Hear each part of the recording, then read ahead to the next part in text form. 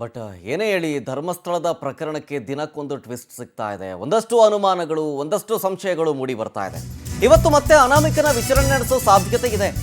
ನಿನ್ನೆ ಬ್ರೇಕ್ ಸಿಕ್ಕಿತ್ತು. ಇದಕ್ಕೆ ಅನಾಮಿಕನನ್ನ ಕರೆದಿರಲಿಲ್ಲ, SIT ಕಚೇರಿಗೆ ಬಂದಿರಲಿಲ್ಲ, ವಿಚಾರಣೆಯನ್ನು ಎದುರಿಸಿರಲಿಲ್ಲ.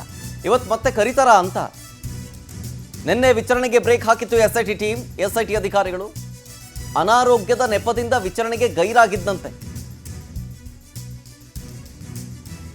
ಈ ಬೆನ್ನಲ್ಲೇ ಪ್ರಣಬ್ ಮೊಹಂತಿ ಅವರು ನೆನ್ನೆ ಬಂದಿದ್ರು SIT ಕಚೇರಿಗೆ. ಭೇಟಿ ಕೊಟ್ಟು ಸಭೆಯನ್ನ ನಡೆಸಿರ್ತಾರೆ.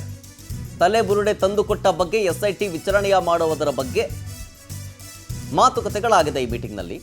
ತಲೆಬುರುಡೆ ಎಲ್ಲಿಂದ ಬಂತು, ಕೊಟ್ಟವರು ಯಾರು, ಇದು ಹೂತಿದ್ದ ತಲೆಬುರುಡಿನ ಅಥವಾ ಹಂಗೆ ಶೋಗೆ ಅಂತ ಸುಮ್ ತಂದಿದ್ದ, ಏನು ಎತ್ತ ಕತೆ ಎಲ್ಲವನ್ನೂ ಕೂಡ ವಿಚಾರಣೆ ಮಾಡಬೇಕು ಅನಾಮಿಕನದ್ದು ಅಂತ.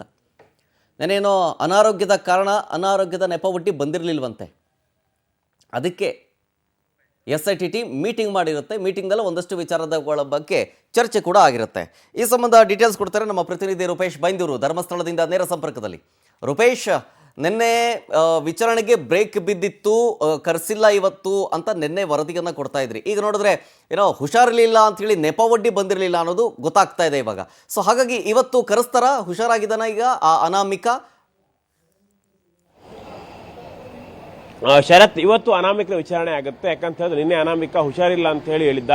ಹೀಗಾಗಿ ಆತನಿಗೆ ನಿನ್ನೆ ಬ್ರೇಕ್ ಕೊಡಲಾಗಿತ್ತು. ನಿನ್ನೆ SIT ಬೇರೆ ಕೆಲಸವನ್ನು ಮಾಡಿತ್ತು. ಯಾಕಂತ ಹೇಳಿದ್ರೆ ಪ್ರಣಬ್ ಮೊಹಂತಿ ಅವರು ನಿನ್ನೆ ಬಂದಿದ್ರು, SIT ಮುಖ್ಯಸ್ಥರು. ಅವರು ಒಂದಿಷ್ಟು ಸಭೆಗಳು ನಡೆಸಿ ಒಂದಿಷ್ಟು ಡೈರೆಕ್ಷನ್ ಅನ್ನು ಕೂಡ ಕೊಟ್ಟಿದ್ದಾರೆ.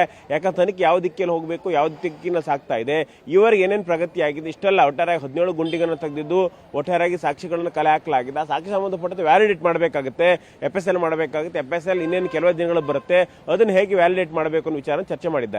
ಅದೇ ರೀತಿ ಷಡ್ಯಂತ್ರ ಕುರಿತಂತೆ ಕೂಡ ಒಂದಷ್ಟು ತನಿಖೆ ಮಾಡಿ ಅಂತೇಳಿ ಹೇಳಿದ್ದಾರೆ. ಅದೇ ರೀತಿ ಸುಜಾತಾ ಭಟ್ ಕೇಸ್ ಪುನಃ ಈಗ SIT ಬಂದಿದೆ. ಆ ಪ್ರಕರಣ ಸಂಬಂಧಪಟ್ಟಾಗಲೂ ಕೂಡ ಒಂದು SIT ಇಲ್ಲಿ ತನಿಖೆ ಆಗುತ್ತೆ. ಈಗ ಇರ್ತಕ್ಕಂಥ ಪ್ರಶ್ನೆ ಅಂತ ಹೇಳಿದ್ರೆ ಅನಾಮಿಕ ಒಂದಿಷ್ಟು ಆರೋಪಗಳನ್ನು ಮಾಡಿದ್ದಾನೆ. ಹೀಗಾಗಿ ಅನಾಮಿಕ ಒಂದು ತಲೆಬುರುಡೆ ಅಂತ ತಂದು ಕೊಡ್ತಾರೆ. ತಲೆಬುರುಡೆ ತಂದು ಕೊಟ್ಟು ಈ ತಲೆಬುರುಡೆ ನೋಡಿ 24 ವರ್ಷದ ಮಹಿಳೆಯ ತಲೆಬುರುಡೆ ಅಂತೇಳಿ ಹೇಳಿದ್ದ. ಹೀಗಾಗಿ ಆ ತಲೆಬುರುಡೆ ಸಂಬಂಧಪಟ್ಟಂತೆ ತನಿಖೆ ಆಗುತ್ತೆ. ತನಿಖೆ ಆಗಿ ಇಲ್ಲಿಗ ಒಂದಿಷ್ಟು ಪ್ರಶ್ನೆಗಳು ಕೇಳಿದಾಗ ಆಗ್ತಾ ಎಲ್ಲಿ ಮೂಲ, ಯಾಕಂದ್ರೆ ತಲೆಬುರುಡೆ ಎಲ್ಲಿ ಸಿಕ್ತು ಅನ್ನೋ ಮೂಲದ ಬಗ್ಗೆ ಸರಿಯಾಗಿ ಹೇಳ್ತಾ ಇಲ್ಲ. ಅಲ್ಲಿ ಸಿಕ್ತು, ಇಲ್ಲಿ ಸಿಕ್ತು ಅಂತ ಹೇಳ್ತಾ ಇದ್ದ.